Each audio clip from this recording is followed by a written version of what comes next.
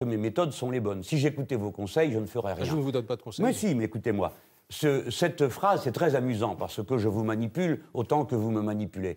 J'ai sorti dans une conférence de presse plusieurs adjectifs et on a retenu semi-démente. Ensuite, j'ai passé un quart d'heure à expliquer pourquoi son discours était un discours qui n'est pas cohérent, qui est déséquilibré.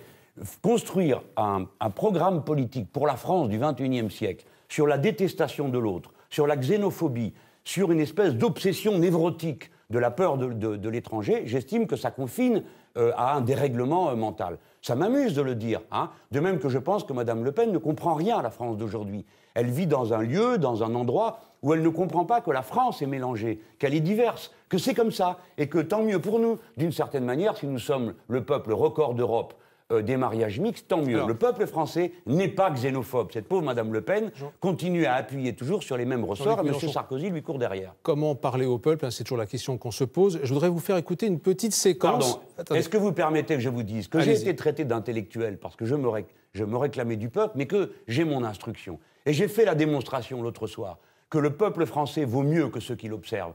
Car, pour terminer mon meeting, j'ai lu une page de Victor Hugo dans un silence extraordinaire et qui s'est terminé par une clameur d'applaudissements. Je veux dire de la part du peuple, si pour une fois je peux parler à sa place, qu'il vaut mieux que ceux qui le regardent. Alors, je voudrais quand même vous faire écouter une petite séquence. C'était avec Nicolas Sarkozy, c'était jeudi dernier. Il était en visite à la centrale nucléaire de Fessenheim et il parle aux ouvriers de cette centrale. Écoutez bien, regardez et écoutez bien surtout.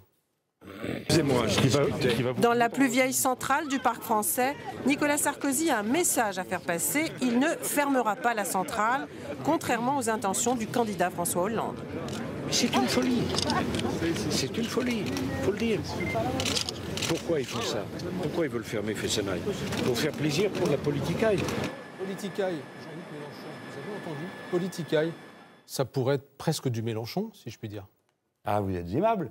Mais il parle comme il veut, il n'empêche que l'idée est fausse. La centrale de Fessenheim doit être fermée car, à mon avis, elle est maintenant en fin de vie. Mais est-ce que c'est une façon de parler? Non mais attendez, ça c'est très sérieux. C'est pas le